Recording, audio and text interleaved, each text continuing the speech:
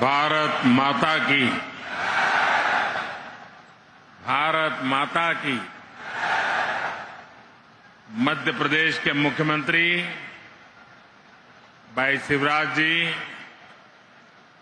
केंद्रीय मंत्रिमंडल के मेरे साथी हरदीप सिंह पुरी,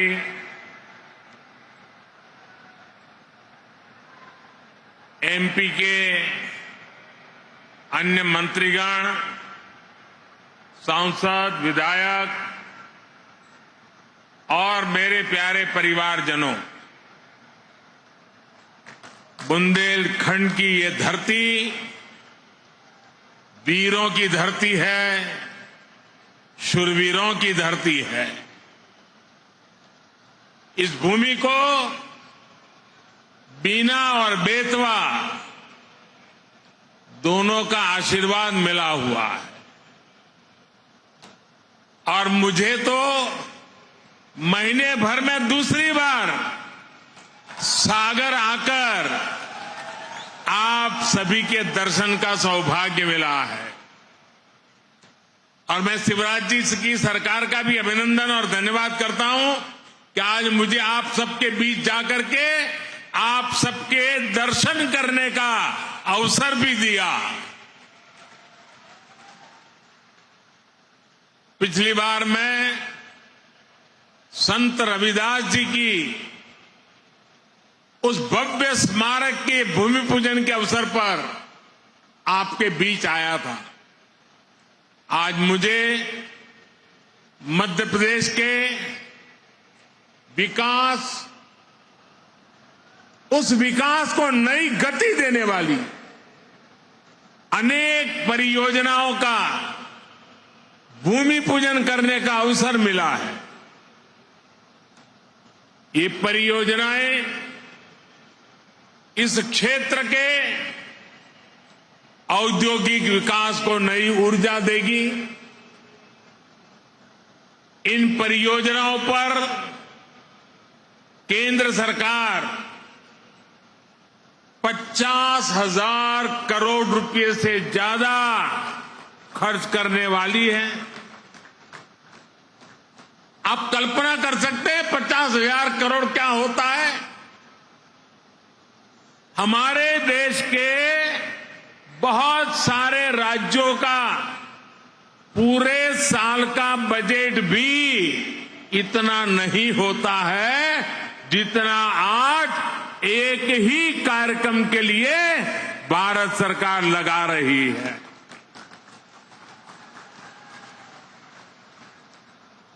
ये दिखाता है कि मध्य प्रदेश के लिए हमारे संकल्प कितने बड़े हैं। ये सारे प्रोजेक्ट्स आने वाले समय में मध्य प्रदेश में हजारों हजार युवाओं को रोजगार देंगे। ये परियोजनाएं गरीब और मध्यम वर्गीय परिवारों के सपनों को सच करने वाली है। मैं बिना रिफाइनरी के विस्तारीकरण और अनेक नई सुविधाओं के शिलान्यास के लिए मध्य प्रदेश के कोटि कोटि जनों को बहुत बहुत बधाई देता हूं। साथियों, आजादी के इस अमृत काल में हर देशवासी ने अपने भारत को विकसित बनाने का संकल्प लिया है। इस संकल्प की सिद्धि के लिए ये जरूरी है कि भारत आत्मनिर्भर हो। हमें विदेशों से कम चीजें बाहर से मंगानी पड़े। आज भारत पेट्रोल डीजल तो बाहर से मंगाता ही है, हमें पेट्रोकेमिकल प्रोडक्ट्स के लिए भी दूसरे देशों पर निर्भर रहना पड़ता है। आज जो बिना रिफाइनरी में पेट्रोकेमिकल कॉम्प्लेक्स का शिलान्यास हुआ है, वो भारत को ऐसी चीजों के उत्पादन में आत्मनिर्भर बनाने का काम करेगा। बहुत से लोगों को ये पता ही नहीं होता कि जो प्लास्टिक पाइप बनते हैं, बाथरूम में इस्तेमाल होने वाली प्लास्टिक की बाल्टी और मग होते हैं, प्लास्टिक के नल होते हैं, प्लास्टिक की कुर्सी टेबल होती है, घरों का पेंट होता है, कार का बम्पर होता है, कार का डैशबोर्ड होता है, पैकिंग मटेरियल होता है, मेडिकल उपकरण होते हैं, ग्लूकोज की बोतल होती है, मेडिकल सिरिंज होती है, अलग अलग तरह के कृषि उपकरण होते हैं। इन सभी में पेट्रोकेमिकल की बहुत बड़ी भूमिका होती है। अब बीना में बनने वाला ये आधुनिक पेट्रोकेमिकल कॉम्प्लेक्स इस पूरे क्षेत्र को विकास की नई ऊंचाई पर ला देगा, ये मैं आपको गारंटी देने आया हूं। इससे यहां नई नई इंडस्ट्री आएगी, यहां के किसानों, यहां के छोटे उद्यमियों को तो मदद मिलेगी ही। सबसे बड़ी बात है, मेरे नौजवानों को रोजगार के भी हजारों मौके मिलने वाले हैं। आज के नए भारत में मैन्युफैक्चरिंग सेक्टर का भी कायाकल्प हो रहा है। जैसे जैसे देश की जरूरतें बढ़ रही हैं, देश की जरूरतें बदल रही है, मैन्युफैक्चरिंग सेक्टर को भी आधुनिक बनाना उतना ही जरूरी है। इसी सोच के साथ आज यहां इस कार्यक्रम में एमपी के 10 नए इंडस्ट्रियल प्रोजेक्ट पर भी काम शुरू किया गया है। नर्मदापुरम में रिन्यूएबल एनर्जी से जुड़ी मैन्युफैक्चरिंग जोन हो, इंदौर में 2 नए आईटी पार्क्स हो, रतलाम में मेगा इंडस्ट्रियल पार्क हो, ये सभी मध्य प्रदेश की औद्योगिक ताकत को और ज्यादा बढ़ाएंगे। और जब मध्य प्रदेश की औद्योगिक ताकत बढ़ेगी तो इसका लाभ सबको होने वाला है। यहां के नौजवान, यहां के किसान, यहां के छोटे छोटे उद्यमी, सभी की कमाई बढ़ेगी। सभी को ज्यादा से ज्यादा नए अवसर मिलेंगे। मेरे परिवारजनों, किसी भी देश या फिर किसी भी राज्य के विकास के लिए जरूरी है कि पूरी पारदर्शिता से शासन चले, भ्रष्टाचार पर लगाम कसी रहे। यहां मध्य प्रदेश में आज की पीढ़ी को बहुत याद नहीं होगा, लेकिन एक वो भी दिन था जब मध्य प्रदेश की पहचान देश के सबसे खस्ता हाल राज्यों में हुआ करती थी। आजादी के बाद जिन्होंने लंबे समय तक एमपी में राज किया, उन्होंने भ्रष्टाचार और अपराध के सिवाय एमपी को कुछ भी नहीं दिया। दोस्तों, कुछ भी नहीं दिया। वो जमाना था एमपी में अपराधियों का ही बोलबाला था। कानून व्यवस्था पर लोगों को भरोसा ही नहीं था। ऐसी स्थिति में आखिर मध्य प्रदेश में उद्योग कैसे लगते? कोई व्यापारी यहां आने की हिम्मत कैसे करता? आपने जब हम लोगों को सेवा का मौका दिया, हमारे साथियों को सेवा का मौका दिया, तो हमने पूरी ईमानदारी से मध्य प्रदेश का भाग्य बदलने का भरसक प्रयास किया है। हमने मध्य प्रदेश को भय से मुक्ति दिलाई, यहां कानून व्यवस्था को स्थापित किया। पुरानी पीढ़ी के लोगों को याद होगा कि कैसे कांग्रेस ने इसी बुंदेलखंड को सड़क, बिजली और पानी जैसी सुविधाओं से तरसा कर रख दिया था। आज भाजपा सरकार में हर गांव तक सड़क पहुंच रही है, हर घर तक बिजली पहुंच रही है। जब यहां कनेक्टिविटी सुधरी है तो उद्योग धंधों के लिए भी एक सानुकूल, पॉजिटिव माहौल बना है। आज बड़े बड़े निवेशक मध्य प्रदेश आना चाहते हैं, यहां नई नई फैक्ट्रियां लगाना चाहते हैं। मुझे विश्वास है अगले कुछ वर्षों में मध्य प्रदेश औद्योगिक विकास की नई ऊंचाई छूने जा रहा है। मेरे परिवारजनों, आज का नया भारत बहुत तेजी से बदल रहा है। आपको याद होगा, लाल किले से मैंने गुलामी की मानसिकता से मुक्ति और सबका प्रयास के संबंध में विस्तार से चर्चा की थी।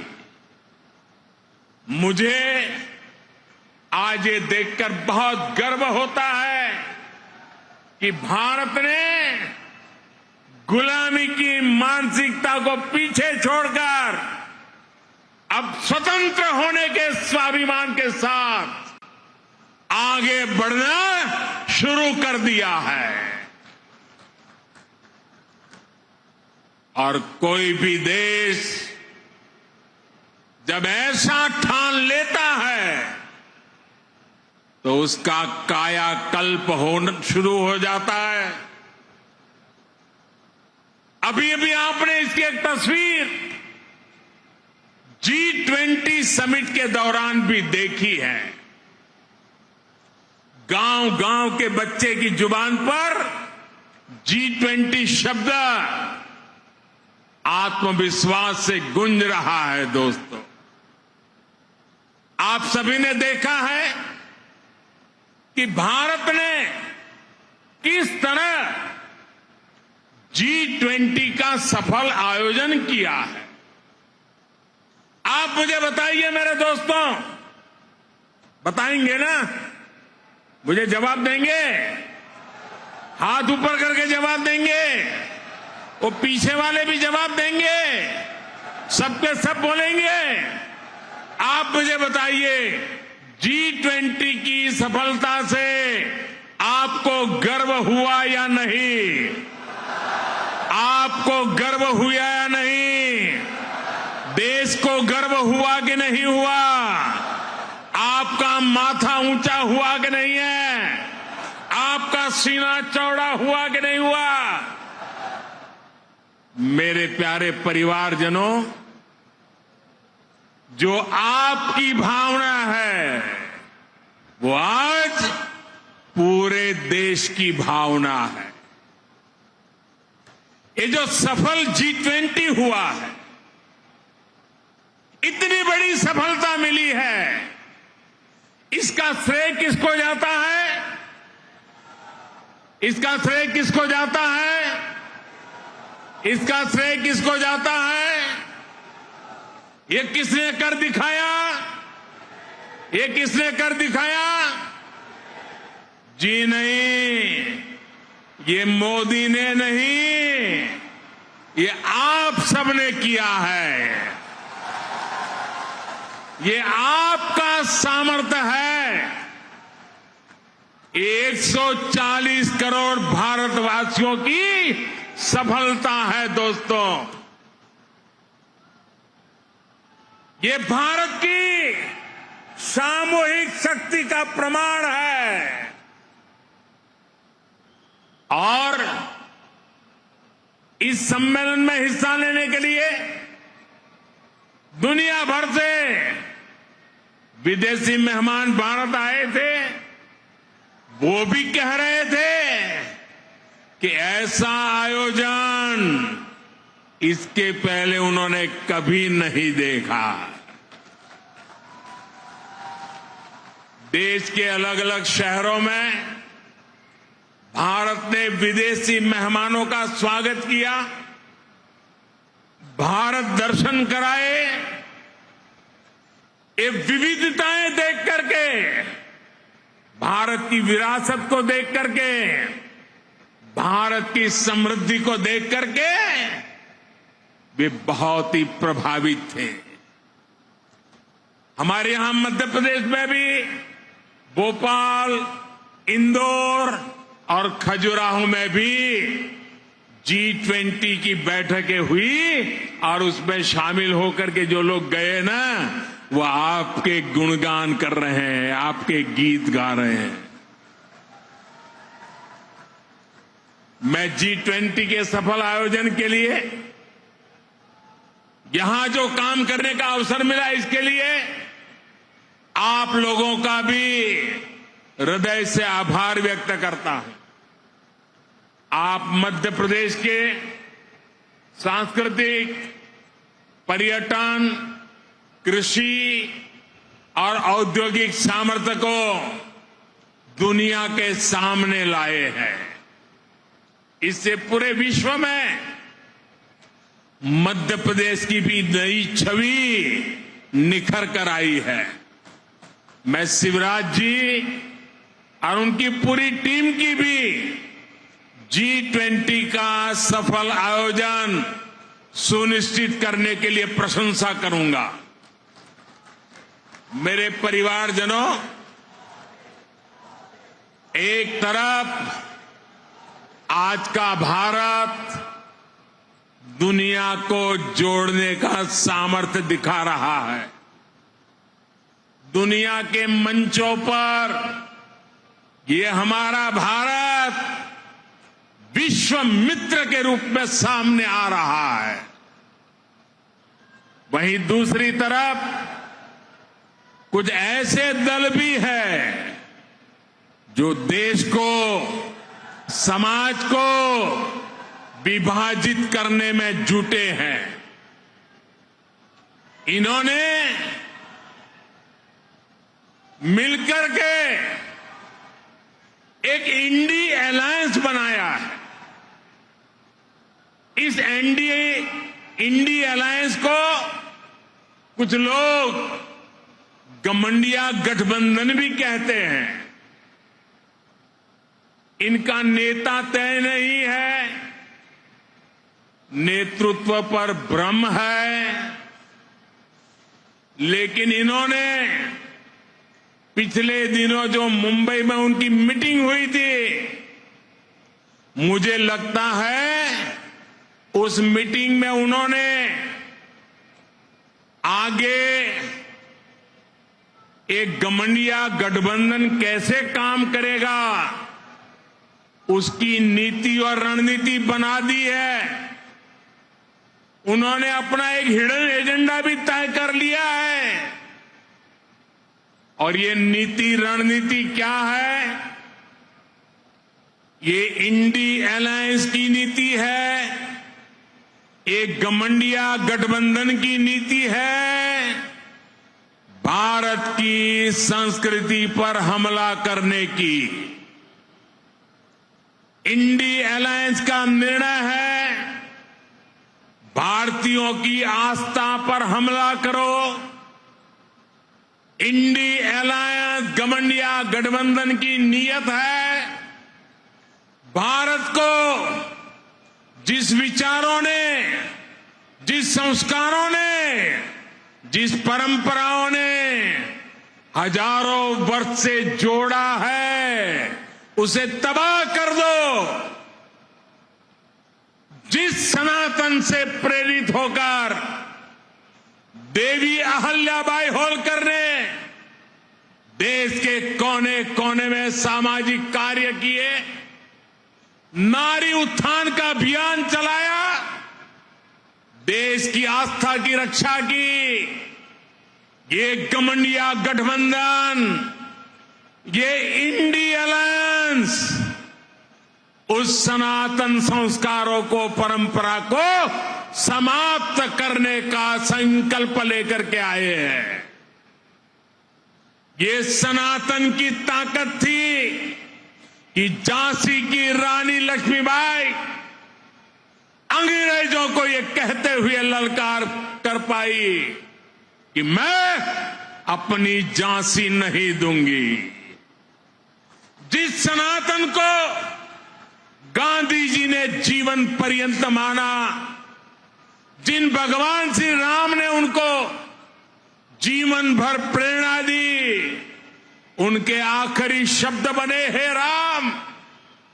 जिस सनातन ने उन्हें अस्पृश्यता के खिलाफ आंदोलन चलाने के लिए प्रेरित किया, ये इंडी गठबंधन के लोग, एक गठबंधन के लोग उस सनातन परंपरा को समाप्त करना चाहते हैं। जिस सनातन से प्रेरित होकर स्वामी विवेकानंद ने समाज की विभिन्न बुराइयों के प्रति लोगों को जागरूक किया, इंडी गठबंधन के लोग उस सनातन को समाप्त करना चाहते हैं। जिस सनातन से प्रेरित होकर लोकमान्य तिलक ने मां भारती की स्वतंत्रता का बीड़ा उठाया, गणेश पूजा को स्वतंत्र आंदोलन से जोड़ा, सार्वजनिक गणेशोत्सव की परंपरा बढ़ाई, आज उसी सनातन को ये इंडी गठबंधन तहस नहस करना चाहता है। साथियों, ये सनातन की ताकत थी कि स्वतंत्रता आंदोलन में फांसी पाने वाले वीर कहते थे कि अगला जन्म मुझे फिर ये भारत मां की गोद में देना। जो सनातन संस्कृति संत रविदास का प्रतिबिंब है, जो सनातन संस्कृति माता शबरी की पहचान है, जो सनातन संस्कृति महर्षि वाल्मीकि का आधार है, जिस सनातन ने हजारों वर्षों से भारत को जोड़े रखा है, ये लोग मिलकर अब उस सनातन को खंड खंड करना चाहते हैं। आज इन लोगों ने खुल करके बोलना शुरू किया है, खुल करके हमला करना शुरू करके दिया है। कल ये लोग हम पर होने वाले हमले और बढ़ाने वाले हैं। देश के कोने कोने में हर सनातनी को, इस देश को प्यार करने वाले को, इस देश की मिट्टी को प्यार करने वाले को, इस देश के कोटि कोटि जनों को प्यार करने वालों को, हर किसी को सतर्क रहने की जरूरत है।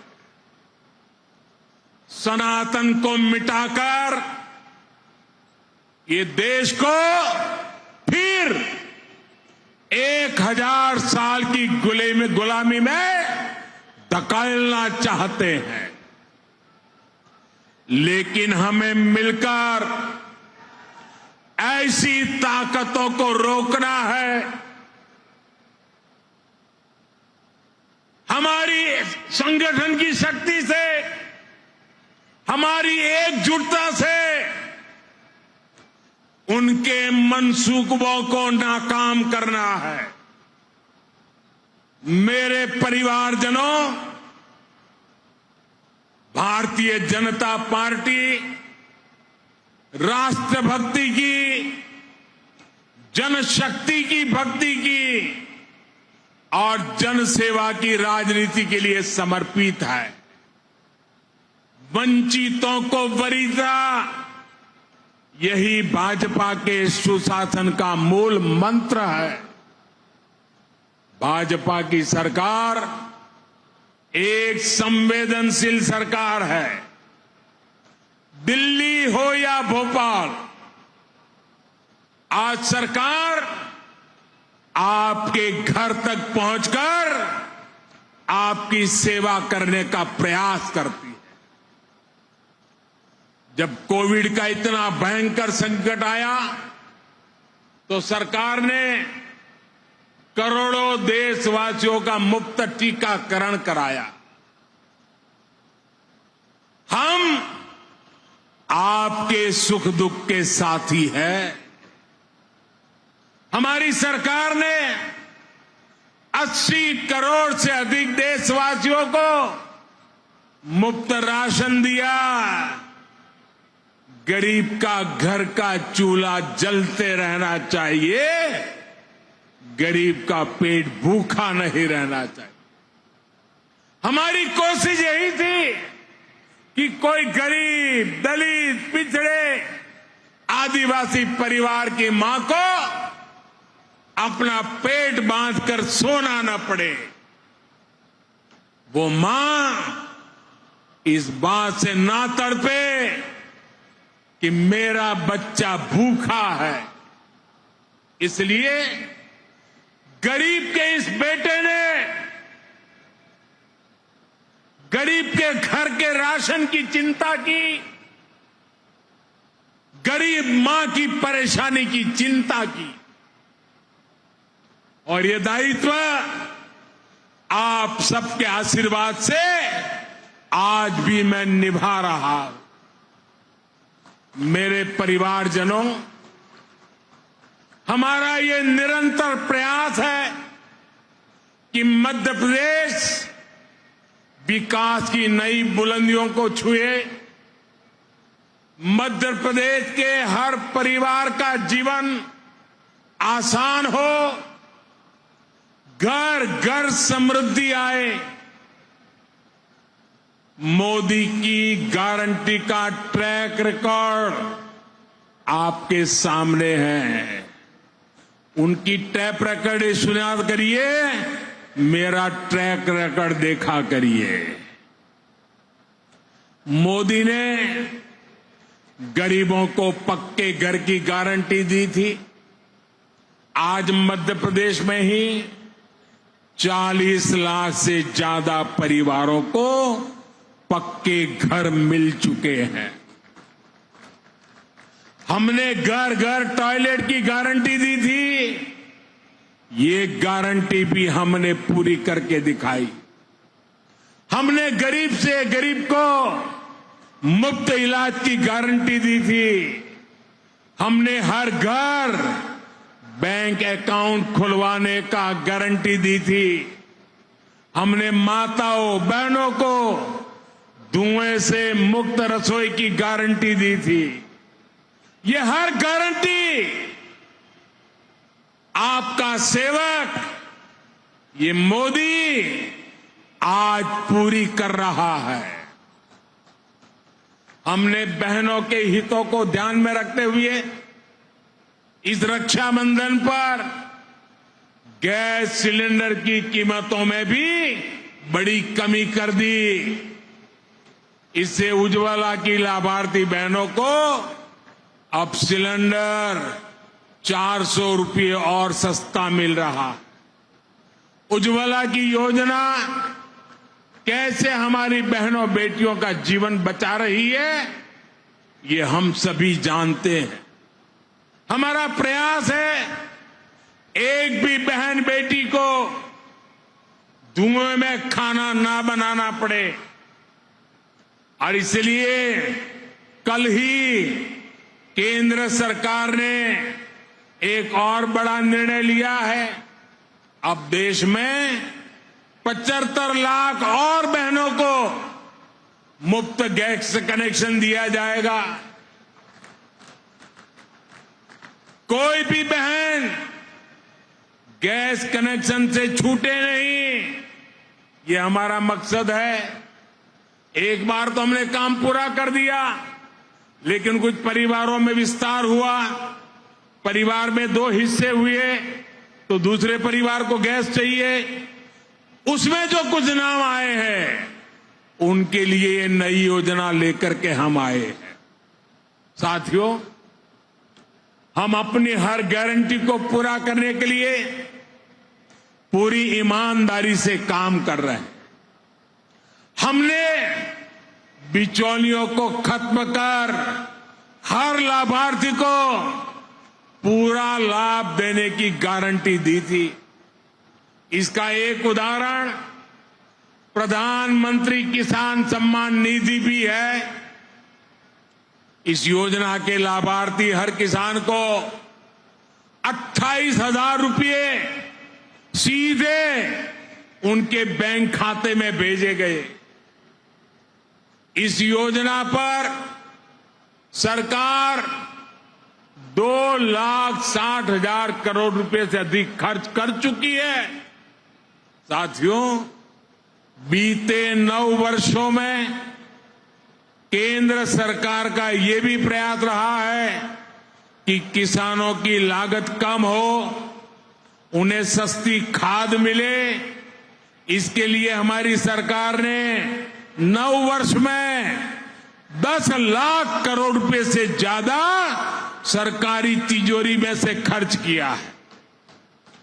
आज यूरिया की बोरी, आप जो खेत में यूरिया लेके जाते हो ना, मेरे किसान भाइयों बहनों, ये यूरिया की थैली अमेरिका में 3,000 रुपए में बिकती है, लेकिन वही बोरी मेरे देश के किसानों को हम सिर्फ 300 रुपये में पहुंचाते हैं, और इसके लिए 10 लाख करोड़ रुपया सरकारी खजाने से खर्च किया।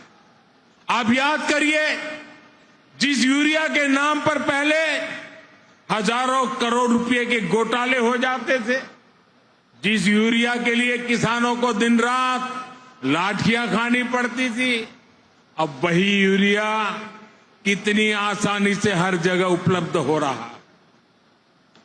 मेरे परिवारजनों, सिंचाई का महत्व क्या होता है, ये बुंदेलखंड से बेहतर कौन जानता है। भाजपा की डबल इंजन सरकार ने बुंदेलखंड में अनेक सिंचाई परियोजनाओं पर काम किया है।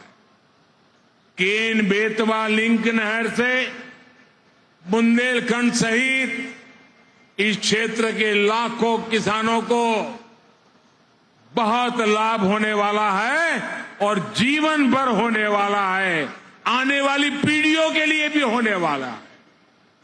देश की हर बहन को उसके घर में पाइप से पानी पहुंचाने के लिए भी हमारी सरकार निरंतर परिश्रम कर रही है। सिर्फ 4 वर्षों में ही देश भर में लगभग 10 करोड़ नए परिवारों तक नल से जल पहुंचाया गया है। मध्य प्रदेश में भी 65 लाख परिवारों तक पाइप से पानी पहुंचाया जा चुका है। इसका बहुत अधिक लाभ मेरे बुंदेलखंड की माताओं बहनों को हो रहा है। बुंदेलखंड में अटल भूजल योजना के तहत पानी के स्रोत बनाने पर भी बड़े स्तर पर काम हो रहा है। साथियों, हमारी सरकार इस क्षेत्र के विकास के लिए, इस क्षेत्र के गौरव को बढ़ाने के लिए पूरी तरह से प्रतिबद्ध है, पूरी तरह से आपको समर्पित है। इस साल 5 अक्टूबर को रानी दुर्गावती जी की 500वीं जयंती है। डबल इंजन की सरकार इस पुण्य अवसर को भी बहुत धूमधाम से मनाने जा रही है। साथियों, हमारी सरकार के प्रयासों का सबसे अधिक लाभ गरीब को हुआ है, दलित, पिछड़े, आदिवासी को हुआ है। वंचितों को वरीयता का, सबका साथ सबका विकास का यही मॉडल आज विश्व को भी राह दिखा रहा है। अब भारत दुनिया की टॉप 3 पहले तीन अर्थव्यवस्था में आने का लक्ष्य लेकर के काम कर रही है। भारत को टॉप 3 बनाने में मध्य प्रदेश की बड़ी भूमिका, और मध्य प्रदेश उसको निभाएगा। इससे यहां के किसानों, यहां के उद्योगों, यहां के नौजवानों, उनके लिए नए नए अवसर तैयार होने वाले। आने वाले 5 साल मध्य प्रदेश के विकास को नई बुलंदी देने के हैं। आज जिन प्रोजेक्ट की नींव हमने रखी है, ये मध्य प्रदेश के तेज विकास को और तेजी देंगे। इतनी बड़ी तादाद में आप विकास के इस उत्सव को मनाने के लिए आए, विकास के उत्सव में भागीदार हुए और आपने आशीर्वाद दिया। इसके लिए मैं आप सबको बहुत बहुत धन्यवाद करता हूं, अनेक अनेक शुभकामनाएं देता हूं। मेरे साथ बोलिए, भारत माता की, भारत माता की, भारत माता की। धन्यवाद।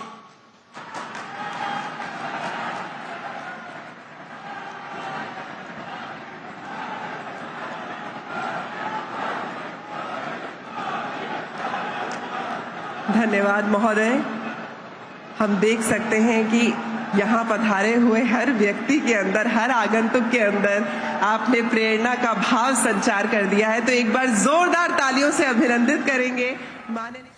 So fierce attack by the Prime Minister on opposition blocs eradicate Sanatan policy. Prime Minister saying that the opposition bloc has anti-Hindu agenda. Once again listen in to that remark made by Prime Minister on the opposition bloc. पिछले दिनों जो मुंबई में उनकी meeting हुई थी, मुझे लगता है उस मीटिंग में उन्होंने आगे एक गठबंधन गठबंधन कैसे काम करेगा उसकी नीति और रणनीति बना दी है। उन्होंने अपना एक हिडन एजेंडा भी तय कर लिया है। और ये नीति रणनीति क्या है? ये इंडी अलायंस की नीति है, एक गठबंधन गठबंधन की नीति है, भारत की संस्कृति पर हमला करने की। इंडी अलायंस का निर्णय है, भारतीयों की आस्था पर हमला करो। इंडी अलायंस गठबंधन की नीयत है, भारत को जिस विचारों ने, जिस संस्कारों ने, जिस परंपराओं ने हजारों वर्ष से जोड़ा है, उसे तबाह कर दो। जिस सनातन से प्रेरित होकर देवी अहल्याबाई होलकर ने देश के कोने कोने में सामाजिक कार्य किए, नारी उत्थान का अभियान चलाया, देश की आस्था की रक्षा की। ये घमंडिया गठबंधन, ये इंडी अलायंस उस सनातन संस्कारों को, परंपरा को समाप्त करने का संकल्प लेकर के आए हैं। ये सनातन की ताकत थी कि झांसी की रानी लक्ष्मीबाई अंग्रेजों को ये कहते हुए ललकार कर पाई कि मैं अपनी झांसी नहीं दूंगी। जिस सनातन को गांधी जी ने जीवन पर्यंत माना, जिन भगवान श्री राम ने उनको जीवन भर प्रेरणा दी, उनके आखिरी शब्द बने, हे राम। जिस सनातन ने उन्हें अस्पृश्यता के खिलाफ आंदोलन चलाने के लिए प्रेरित किया, ये इंडी गठबंधन के लोग, ये घमंडिया गठबंधन के लोग उस सनातन परंपरा को समाप्त करना चाहते हैं। जिस सनातन से प्रेरित होकर स्वामी विवेकानंद ने समाज की विभिन्न बुराइयों के प्रति लोगों को जागरूक किया, इंडी गठबंधन के लोग उस सनातन को समाप्त करना चाहते हैं। जिस सनातन से प्रेरित होकर लोकमान्य तिलक ने मां भारती की स्वतंत्रता का बीड़ा उठाया, गणेश पूजा को स्वतंत्र आंदोलन से जोड़ा, सार्वजनिक गणेशोत्सव की परंपरा बढ़ाई, आज उसी सनातन को ये इंडी गठबंधन तहस नहस करना चाहता है। साथियों, ये सनातन की ताकत थी कि स्वतंत्रता आंदोलन में फांसी पाने वाले वीर कहते थे कि अगला जन्म मुझे फिर ये भारत मां की गोद में देना। जो सनातन संस्कृति संत रविदास का प्रतिबिंब है, जो सनातन संस्कृति माता शबरी की पहचान है, जो सनातन संस्कृति महर्षि वाल्मीकि का आधार है, जिस सनातन ने हजारों वर्षों से भारत को जोड़े रखा है, ये लोग मिलकर अब उस सनातन को खंड खंड करना चाहते हैं। आज इन लोगों ने खुल करके बोलना शुरू किया है, खुल करके हमला करना शुरू करके दिया है। कल ये लोग हम पर होने वाले हमले और बढ़ाने वाले हैं। देश के कोने कोने में हर सनातनी को, इस देश को प्यार करने वाले को, इस देश की मिट्टी को प्यार करने वाले को, इस देश के कोटि कोटि जनों को प्यार करने वालों को, हर किसी को सतर्क रहने की जरूरत है। सनातन को मिटाकर ये देश को फिर 1000 साल की गुलामी में धकेलना चाहते हैं। लेकिन हमें मिलकर ऐसी ताकतों को रोकना है। हमारी संगठन की शक्ति से